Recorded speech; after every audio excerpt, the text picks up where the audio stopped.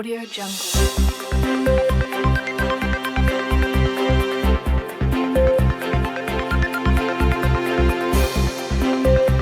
Asalaamu calaykum waraxmatullaahi wabarakaatu.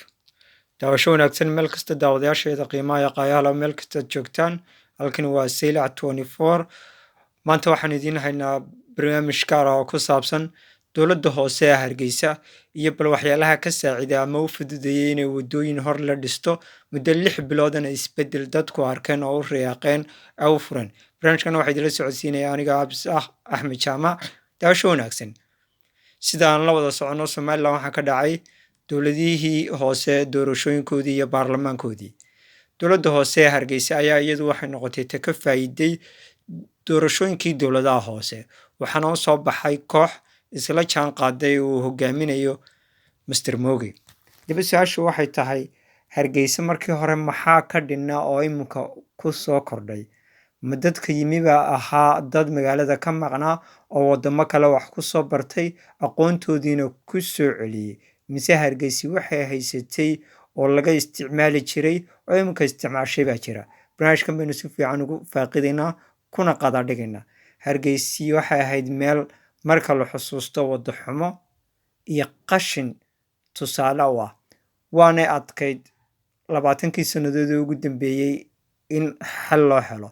Mushkiladda ugu weyn ee haysatay ma ahayn Hargeysa oo qashin badan keenaysa, ma ahayn qalab aan la haysan, ma ahayn aqoontii aan la haynin, laakiin waxay ahayd hal shay: maamul xumo iyo corruption iyo musuq maasuq.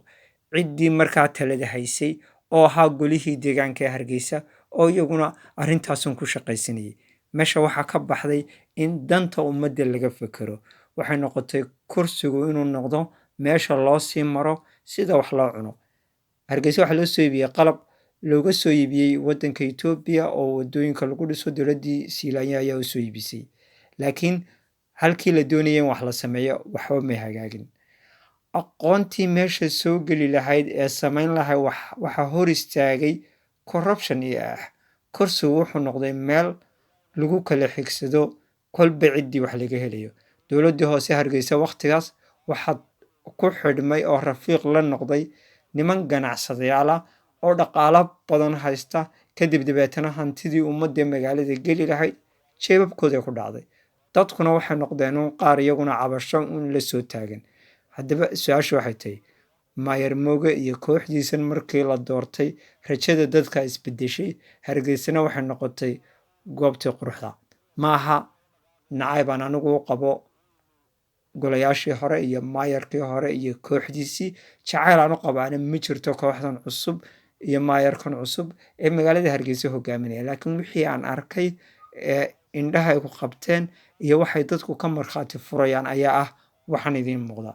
Magaaladii dib u habeyn baa lagu wadaa, wadooyinkii waa la hagaajinayaa, hawshu way kala socotaa. Injineerada hagaajinaya waa injineero dalka wax ku bartay, ma aha arrin dareenkayga.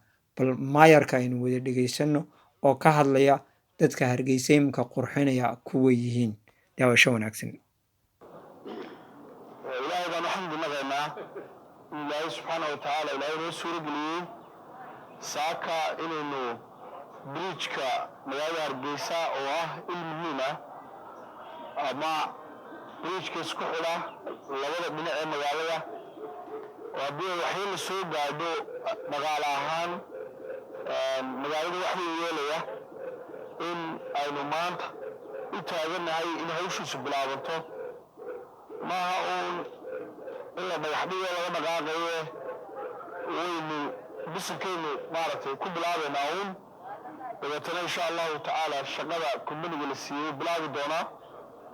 hawshan dayactirka bridgeka lagu samaynayo waxaa iska kaashanaya oo aqoon ahaan dusha kala soconaya hay-adda wadooyinka jamhuuriyadda Somaliland, tiimka BIU-da iyagoo dusha kala socda wadada bypasska oo madaxweynuhu si gaara ugu xil saaray hawshan ay dusha ka ilaaliyaan. annagu dowlad hoose ka ahaan xalliyaale wixii markaa dhaqaalo ay u baahnayd hawshan in la qabto ayay dowladda hoose iyaduna markaa bixinaysaa xil qaadaysaa. mudnaan weeye oo bridgekani mudnaan ayuu leeyahay howlaha horumarinta ee ka socda magaalada Hargeysa. intii la helayo bridge kaloo cusub magaalada lagu soo kordhiyana kan dhammaan baanu siinaynaa in maaragtay wixii ku keenaya dayac iyo dhibaato in laga hortago wax kasta oo la hayana waa loo hurayaa. haddaba su-aashu waxay tahay haddii aqoon-yahankan biriijyada iyo waddooyinka dib u dhisaya ay dalka joogeen markii hore yaa qariyey si xaggee bay ku maqnaayeen? waxaa qariyey musuq maasuq iyo dana gaara. inta lacagta haysataa waxay xidhiidh gaara la lahayd inta kursiga joogtaana waxay u fududeyn jirtay hantida ummadda in si qarsoodiya lagu kala qaato. taasina meesha waxay ka saartay wixii dowladnimada ay dadku ka doonayeen. musuq maasuqu waa malakumowdka dowladnimada. 80% waa shayga keliya la isku raacsan yahay maanta. laamigan cusub ee idiin muuqda ee dowladda hoose Hargeysa iminka ka samaynayso xaafadihii hore la odhan jiray October, runtii xaafad rajo go'day bay ahayd. rajana aan ka qabin xataa in mar un ay waddo hesho. waa xaafad dad danyar ku noolaayeen, dadkuna ay ahaayeen in iska xoogsato. golihii hore deegaanku wuxuu fududeeyey Hargeysa in xaafadaha ay degan yihiin kolba cidda guryo waaweyn leh oo geedhadh waaweyn leh, ganacsataduna ay xaafaddaa ku badan tahay inta badh laysa siiyo, dabeetana kaash la kala qaadan jiray, kadib dabeetana la odhan jiray inta noo samey.